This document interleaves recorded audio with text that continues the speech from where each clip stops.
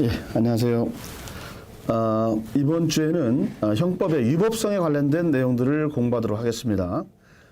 위법성이라고 하는 것은 전체적인 법 질서의 입장에서 볼 때 부정적 가치 판단을 위법성이라고 이렇게 얘기를 합니다. 불법이라고 하는 것은 개별적인 법의 위반일 때 불법이란 말을 쓰고, 위법성이라고 하는 것은 법 질서 전체에서 볼 때 부정적 판단이다, 이런 얘기입니다. 그래서 법에 위반이 되면서 일반인이 볼 때 저건 잘못됐다 라고 하는 것이 플러스 되는 것을 얘기한다, 이렇게 얘기할 수 있고요.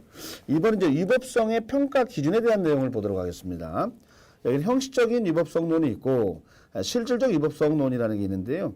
형식적인 위법성론이라고 하는 것은 말 그대로 실정법의 위반만을 이야기하는 것이고, 실질적 위법, 실질적이라는 말은 내용을 본다는 뜻입니다. 그래서 뭐 법익 침해, 권리 침해, 문화규범, 공소양속 침해 등등을 갖고 이야기하자, 이런 걸 얘기하고 있습니다.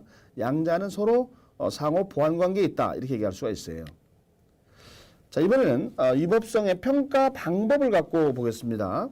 자, 이 내용은 어느 곳에서 구분되냐 그러면은 정신병자가 여러분에게 여러분을 살해하려고 공격을 합니다. 그럴 때 칼을 들고 여러분을 찌르려고 합니다. 그럴 때 여러분이 정당방위를 할 수 있느냐 없느냐의 문제와 직결되는 문제입니다. 자, 정당방위를 할 수 있다라고 하는 것은 정신병자가 칼 들고 휘두르는 것도 위법하다고 인정돼야지 정당방위가 가능한 것이거든요. 자, 그러면 여러분은 칼을 들고 여러분을 살해하려고 정신병자가 덤빕니다. 찌르려고 합니다. 그러면 여러분 정당방위 하실 거예요, 안 하실 거예요? 정당방위 하실 거죠? 그렇다면 여러분이 갖고 있는 그러한 시각은 그 정신병자의 칼 들고 여러분을 살해하려고 하는 행동 자체가 위법하다고 보게 되는 것이거든요. 그런 것을 뭐라고 하느냐면 객관적 위법성론이라고 그래요. 자, 정신병자의 칼을 휘두르는 행동도 객관적으로 보면 위법하다는 겁니다. 위법하다. 따라서 거기에 대해서 정당방위가 가능할 수 있습니다. 정당방위 가능. 그래서 이 객관적 위법성론은 형법의 본질을 평가규범으로 이해하고 위법성을 객관적인 평가규범의 위반이다, 이렇게 보는 거예요. 그래서 정신병자가 이렇게 칼 들고 공격을 한다라고 하는 것은 위법이기 때문에 정당방위를 할 수 있다, 이런 논리입니다. 자, 그러나 메르켈이라고 하는 사람은 주관적 위법성론을 주장을 합니다. 그래서 여기서는 위법성을 주관적인 의사결정 규범으로 이렇게 이해를 합니다. 그래서 정신병자 행동은 위법이 될 수가 없는 것입니다. 책임 무능력자의 행위는 위법할 수 없다, 이렇게 봅니다. 그래서 정신병자가 여러분에게 칼 들고 덤비더라도 여러분은 정당방위가 안 된다. 자, 36개 긴급비난이 가능할 수 있다, 이런 논리가 됩니다. 자, 그래서 여러분이 이걸 구분할 때는 객관적 위법성론이라는 기본 개념 바탕 위에서 이해를 하시면 되겠다는 말씀이에요. 자, 이번엔 범죄가 성립되려면 세 가지 요건이 필요하죠. 구성요건, 해당성, 위법성, 책임성. 그런데 위법성이 만약에 조각이 난다라고 하게 되면은 범죄 성립이 안 될 겁니다. 그래서 조각 난다, 없앤다. 그래서 위법성 조각 사유라고 이야기하는데요. 형법에 나와 있는 경우가 있고 특별법에 나와 있는 경우가 있어요. 그래서 형법의 위법성 조각 사유는 총론과 강론이 있는데, 총론에 가면은 정당 행위가 있고요, 정당 방위가 있어요.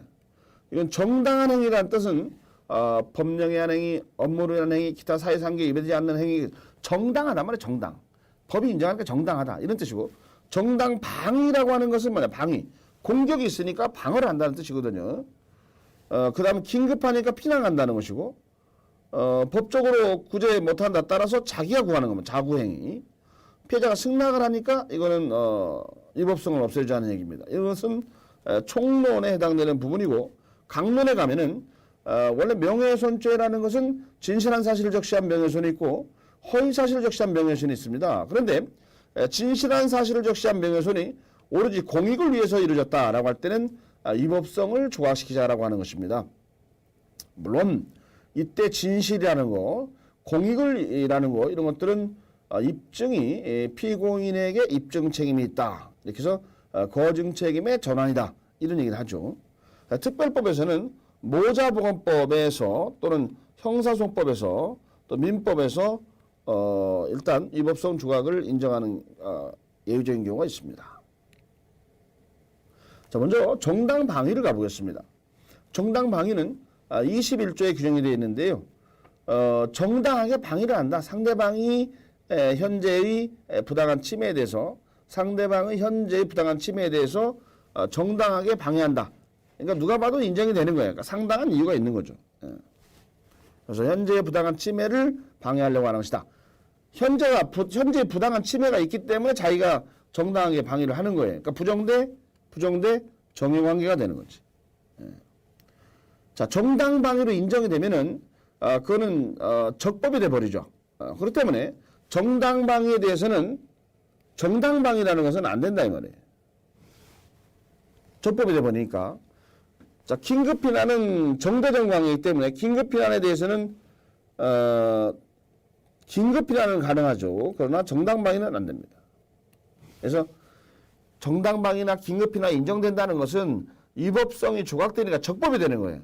그럼 적법이 된다라고 할 때는 적법이 되면은 정당 방위는 안 된다 이 말이에요. 정당 방위는 안 돼. 그다음에 위법성 조각의 근거에 대해서는 자기 보호, 그다음 법질서 수호 이런 것들에 근거가 있다라고 얘기할 수가 있습니다. 자, 정당 방위의 성립 요건에 대한 얘기입니다. 자기 또는 타인의 법익에 대한 현재의 부당한 침해가 필요하다는 것. 자기 또는 타인의 법익에 대한 침해. 자기만이 아니고요. 예. 자, 여러분 미친 개가 여러분을 물려고 달려들어요.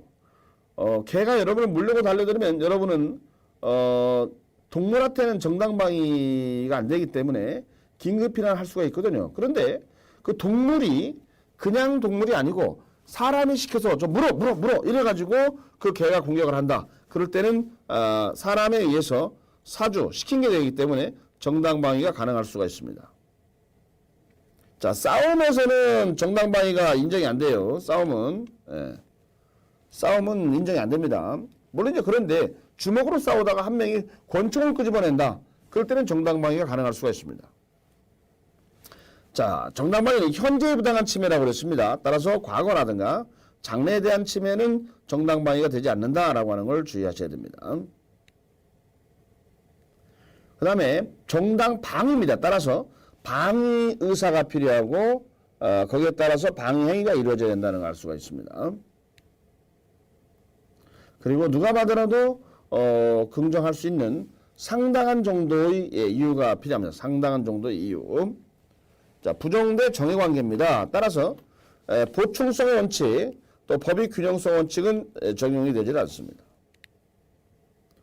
그런데 이제 오버하는 경우가 있죠. 오버한다는 말을 우리가 과잉한다라고 합니다. 그래서 과잉 방위가 있는데 과잉이란 말이 나오면 상당성을 초과했다는 걸 아시면 됩니다. 그러면 과잉 방위는 형을 감경 또는 면제할 수가 있어요. 의무적 감면 사유가 됩니다. 근데 만약에 이것이 야간에 이루어졌다라고 하면은 여러분 굉장히 불안스럽고 야간은 좀 위험하고 그렇죠. 그렇기 때문에 이때는 벌하지를 않습니다. 과잉 방위 문제는 의무적 감면 사유다. 야간이란 말이 나오면 벌하지 아니한다. 이렇게 낮인가 밤인가에 따라서 법은 이 처벌이나 이런 것들이 상황이 달라진다는 것을 주의를 하셔야 되겠습니다. 오상방위라는 것은 뭐냐? 착각을 말하는 거예요. 오상방위는 착각을 한단 말이에요. 그래서 출장 갔던 남편이 돌아온 건데 착각을 해가지고 강도가 들어왔다라고 생각하는 것이죠. 이것들은 우리가 위법성 조학사유 전제 사실에 관한 착오다 이렇게 얘기할 수 있습니다. 그래서 사실의 착오 문제로 보기 때문에 그 사실의 착오의 문제에 따라서 이론상 해결을 한다 이렇게 생각하시면 되겠습니다. 자, 긴급피난입니다. 아까는 정당 방위는 부정대 정해관계인데요. 긴급피난은 정대 정해관계가 되겠습니다. 아까 말씀드린 대로 골목길에서 대형 개 또는 곰을 만나서 곰이 여러분을 공격을 합니다. 그래서 여러분이 남의 집 피하려고 남의 집 담을 넘어요. 그러면은 남의 집의 담을 넘는 것은 여러분이 불가피하게 피할 수밖에 없는 상황입니다. 근데 남의 집 담을 넘었을 때 이게 주거침입죄가 되느냐? 안 된다는 것이죠. 긴급피난으로서 위법성이 조각이 되기 때문에 범죄 성립이 안 된다. 이런 얘기를 하고 있는 겁니다. 그래서 이거는 정대정의 관계예요. 나도 정당하고 그 집주인도 정당하다. 이런 얘기를 하고 있는 거죠. 그래서 긴급피난은 정대정의 관계이기 때문에 긴급피난에 대해서 긴급피난을 할 수가 있습니다. 정대정의 관계이기 때문에. 그러나 정당방위는 상대방이 부정이고 현재의 부당한 침해, 위법이고 그리고 나는 정당하단 말이에요. 부정대 정의 관계입니다. 그래서 긴급피난에 대해서는 정당방위는 인정할 수 없습니다. 그러나 긴급피난은 가능할 수 있다. 이렇게 얘기할 수가 있어요. 그리고 긴급피난은 사전구제입니다. 자구행위는 사후구제예요. 자구행위는 또 뭐냐? 그러면은 여러분이 잊어버린 휴대폰을 오늘 아침에 전철을 탔더니 맞은편 앉은 사람이 여러분 휴대폰을 가지고 있는 거예요. 그때 여러분이 법적인 절차에 따라서 진행을 해가지고 언제 그걸 가져올 수 있겠습니까? 따라서 당장 가서 그 휴대폰을 뺏어야 되겠죠. 그런 것은 우리가 자구의 행위다 이렇게 얘기할 수가 있어요. 그러니까 이 휴대폰을 잊어버린 것은 어제이기 때문에 오늘 지금 그걸 가져오는 것은 사후 구제다 이렇게 얘기할 수가 있어요. 자, 그래서 정당방위와 긴급피난을 비교했어요. 정당방위는 부정대 정, 긴급피난은 정대정의 관계라는 걸 이해하시고요. 그리고 이제 부정이기 때문에 법이 균형성 요하지 않고 보충성 요하지 않는다 이 말이에요. 긴급피난은 정대정입니다. 따라서 법이 균형성과 보충성을 다 필요한다는 겁니다. 보충성이라는 것은 뭐냐? 그러면 다른 방법이 없고 그 방법이 유일해야 된다는 것을 보충성이라고 그래요. 자, 긴급피난의 핵심은 뭐냐? 긴급피난으로 인정이 되면은 위법성이 조각이 됩니다. 이게 통설의 입장이에요. 자, 긴급피난 성립 요건에 가면은 자기 또는 타인의 법익에 대한 현재 위난입니다. 타인을 위해서도 가능할 수 있고요. 그런데 조심할 게 있어요. 걔가 자기를 물으려고 공격을 해서 도주를 해서 남의 집 담을 넘었다. 이거는 긴급피난으로서 위법성이 조각이 돼서 주거집 성립이 안 됩니다.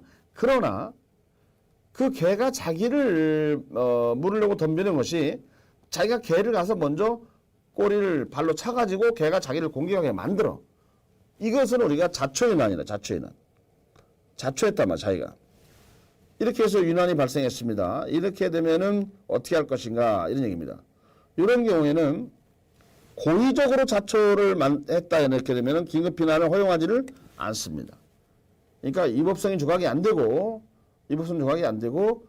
죄가 성립한다. 범죄가 성립한다는 얘기를 하고 있습니다. 자, 그리고 피난, 긴급 피난이니까 피난 의사가 필요하고 피난 행위가 필요하겠죠. 피난 의사가 인정되지 주관적 정당화 요소가 돼가지고 행위 만가치가 조각이 되는 거죠.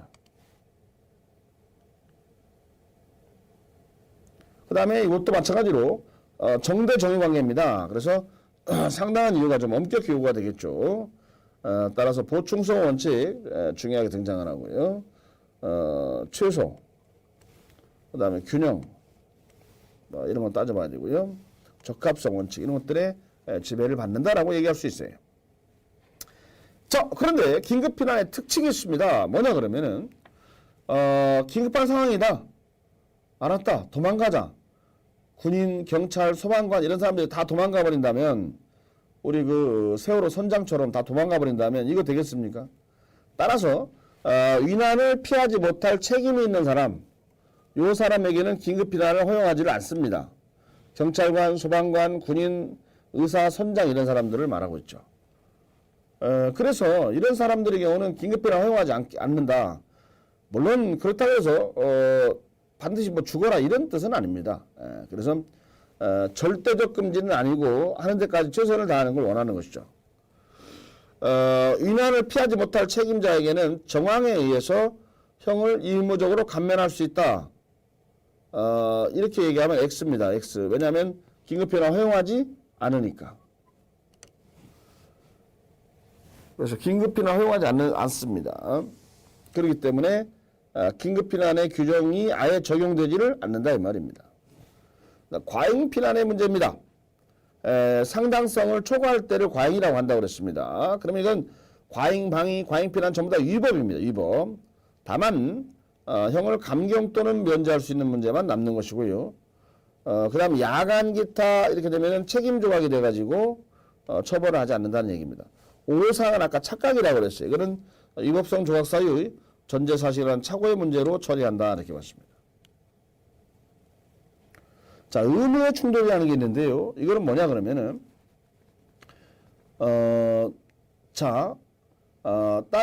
딸 둘을 데리고 바닷가에 해수욕장에 갔습니다. 그런데 빠져가지고 허우적거리는데 구제할 수 있는 여건은 보트는 하나밖에 안 됩니다. 그래서 이 하나의 첫째 딸을 구하고 둘째 딸이 만약에 사망을 했다. 이럴 경우를 어떻게 할 것인가. 그러니까 양쪽을 다 구제해야 되는 것이 그 아빠의 법적 의무라는 얘기입니다. 엄마의 법적 의무인데 여건상 한쪽만 구제하고 한쪽은 사망을 했을 때 이걸 어떻게 책임 물을 수 있느냐 이 문제입니다. 이런 거 우리가 의무의 충돌, 의무, 법적 의무의 충돌이라고 그래요. 법적 의무의 충돌.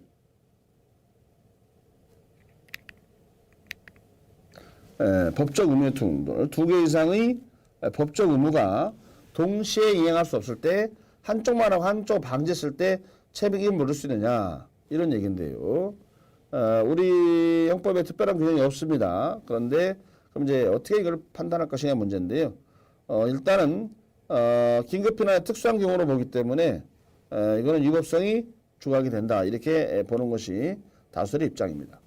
다음은 자구행위입니다. 자구행위는 앞에와 달리 이거는 사후구제라고 하죠. 사후구제. 사후구제. 그러니까 법정 절차에 따라서는 청구권 보존이 불가능합니다.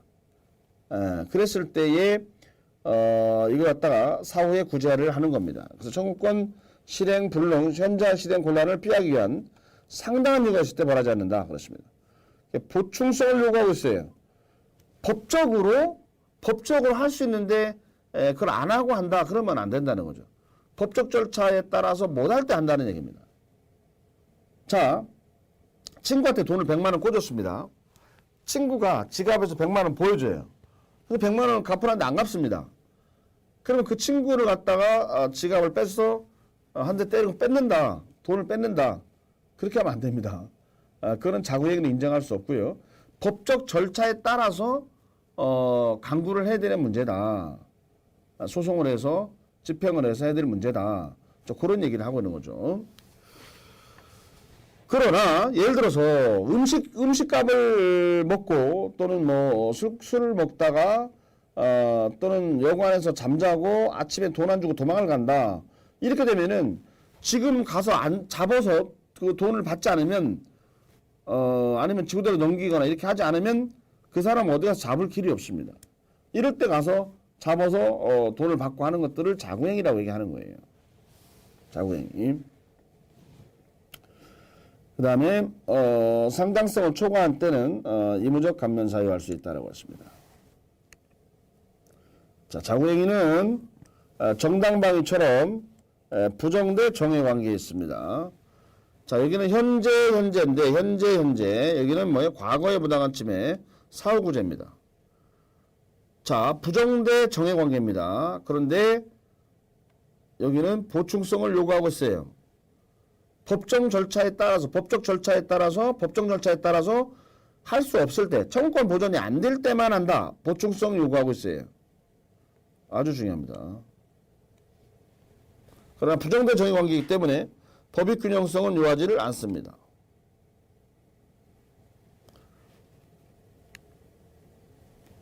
자, 자구행위 성립 요건 다시 한번 짚어보면은요, 법정 절차에 따라서 청구권 보존이 불가능할 경우에 한다는 것이죠. 이것을 뭐라고 할까요? 보충성을 요구한단 말이에요. 보충성.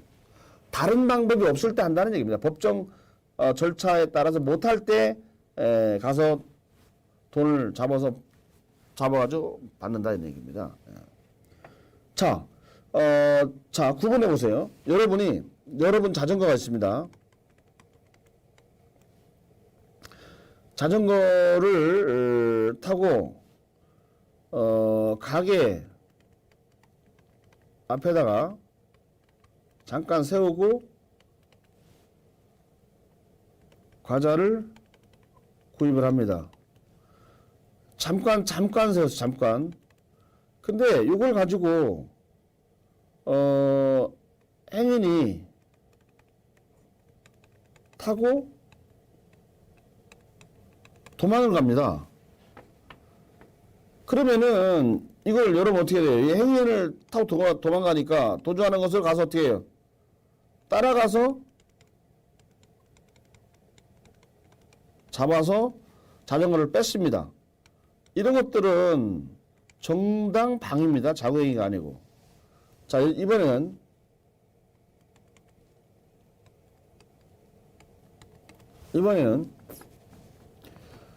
어제 자전거를 분실했습니다. 오늘 가게 앞에서 자신의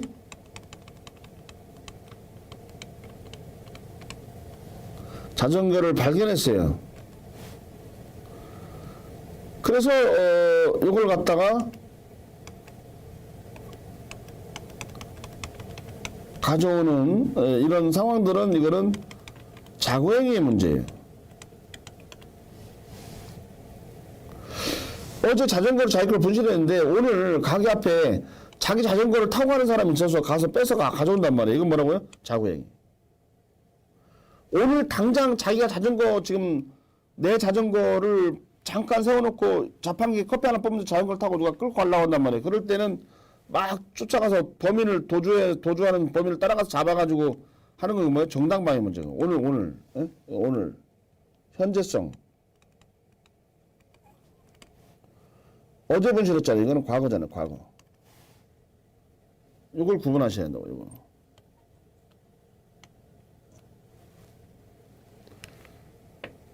자, 청권 실행 또는 현장 실행 곤란을 피하게 하는 행위일 것. 네. 상당한 이유가 있을 것 같습니다. 과잉일 때는 어떻게 한다고 그랬어요? 의무적 감면 사유.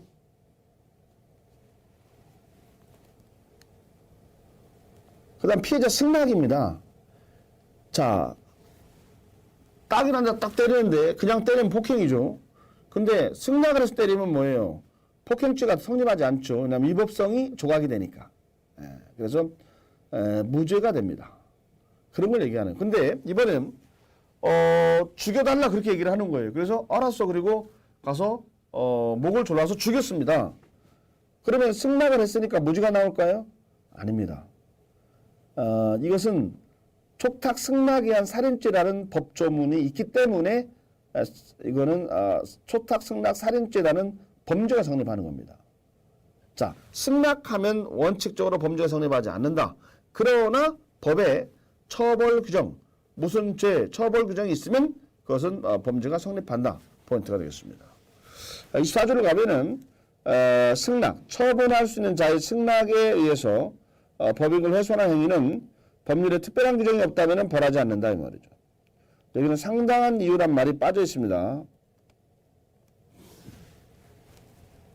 자, 이번에 이제 동의를 하게 되면은 구속요건 자체가 없어지는 겁니다. 우리 흔히 양해라고 얘기하는데요. 뭐 강간죄, 주거침입죄, 강제추행죄 등등등 쭉 있습니다. 그 다음에 이번에 이제 역시 위법성이 조각이 됩니다. 상해죄 같은 것들. 근데 동의를 한다고 해서 무죄가 되는 게 아니고 처벌 규정이 있기 때문에 처벌이 되는 겁니다. 여기 이제 중요하죠. 여기서부터는. 다만 형이 감경될 뿐이다 는 거죠. 촉탁 승낙 살인죄 있죠. 동의를 하지만 낙태죄 성립하죠. 또 자기 소유 일반 건조물 방화죄, 자기 소유 일반 물건 방화죄 이런 것들은 동의를 하더라도 처벌 대상이 된다는 얘기입니다. 이번엔 동의를 하더라도 범죄 성립에는 영향이 없는 경우도 있어요. 모 교사가 초등학교 6학년 학생과 관계를 맺었죠. 근데 둘이 사랑한다, 동의한다고 얘기를 했습니다. 그렇지만은 13세 미만이기 때문에 만 13세 미만이기 때문에 동의 능력이 없어요. 그래서 만 10세 미만자에 대한 간음죄, 추행죄는 동의를 하더라도 범죄 성립에 전혀 영향이 없습니다. 또 피구금자 간음죄, 교도소에 그 형을 살고 있는 사람에 대해서 그 여자분이 동의를 했기 때문에 성관계를 맺었다. 그러니까 무죄가 된다? X입니다. 피구금자 간음죄로서 범죄 성립에 전혀 영향이 없습니다. 중요합니다.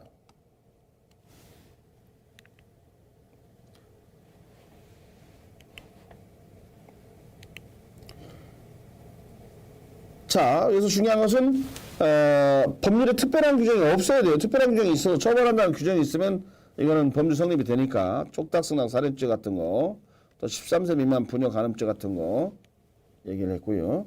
이제 추정적 승낙이란 말이 있는데요. 이건 무슨 말이냐 그러면은 옆집에 불이 나 있습니다. 전기가 누전됐는지 하여튼 불이 났습니다. 그럴 때 옆집에 사람들이 유럽에 한 달 동안 여행을 갔어요. 그럴 경우에 내가 그 집에 담을 넘어서 들어가서 불을 끌 그 권한이 있느냐. 그러면 나는 주거침입죄가 안 되느냐. 이런 문제를 얘기하고 있거든요.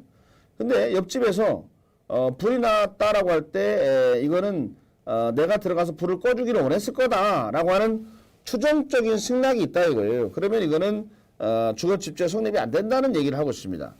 집을 비우고 여행 중인 이웃집에 불을 끄기 위해서 그 집에 주거 침입을 했다는 거죠. 이건 추정적 승낙이 있다는 거죠. 자, 그런 얘기를 하고 있는 겁니다.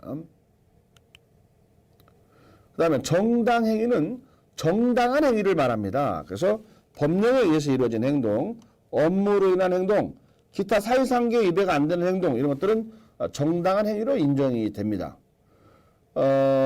긴급체포를 경찰이 한다든가 긴급체포는 일반인은 못하죠. 일반인은 현행범체포를 얘기할 때 쓰는 말이고요. 또 교도관의 사형수에 대한 사형집행행위라든가 집달리가 강제집행을 한다든가 뭐 이런 것들은 법령에 따른 정당한 행동이라는 것이죠. 자, 남편이 부인을 징계하는 것은 안 되죠. 부부는 평등하기 때문에 그렇습니다. 그러나 부모님이 자녀에 대한 징계 이런 것들은 정당한 행위가 됩니다.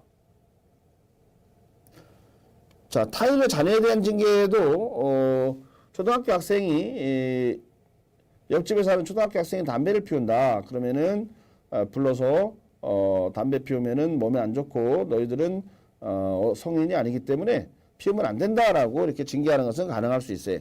그러나 때려서 뭐 상처를 나게 하고 이런 것들은 안 된다는 얘기를 하고 있습니다. 자, 개인이 현행범 체포할 수 있다고 그랬습니다. 이런 것들은 법령의 형사소송법에 따라서 가능한 행위라는 얘기죠. 또 근로조건 개선, 또 임금의 향상 목적으로 노동쟁의는 역시 이것도 법에 따라서 가능한 것이다 하는 얘기죠. 자, 업무로 인한 행위입니다. 의사가 환자를 성형을 합니다. 성형수술을 합니다. 이거는 상해죄 성립이 안 됩니다.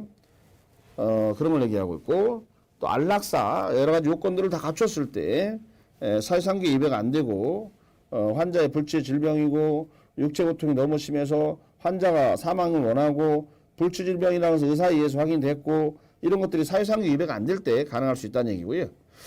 일단 변호사가 법정에서 변론을 하다 보면은 피고인에 대해서 명예훼손이라든가 이런 문제가 될 수가 있는데 또는 업무상 비밀누설 이런 경우가 될 수 있는데 이런 것들은 범죄로 성립 안 된다. 변론을 위해서 업무로 인한 행위를 본다. 이런 얘기를 하고 있는 것이죠. 여러분 뭐 성당에 가면은 그 신부님한테 고해성사하는 것이 있는데요. 그런 성직자에 대한 고해성사를 하다 보면은 그 성직자가 그 신도분의 어떤 그 문제를 알 수 있지만 이것을 고발하지 않아도 이 성직자에 대해서 범죄로 처벌할 수 없다는 얘기를 할 수가 있습니다. 기타 사회생계에 위배되지 않는 행동 이런 것들은 정당 행위로서 위법성이 저각된다는 얘기입니다. 이상해서 위법성 파트를 같이 공부했습니다. 수고했습니다.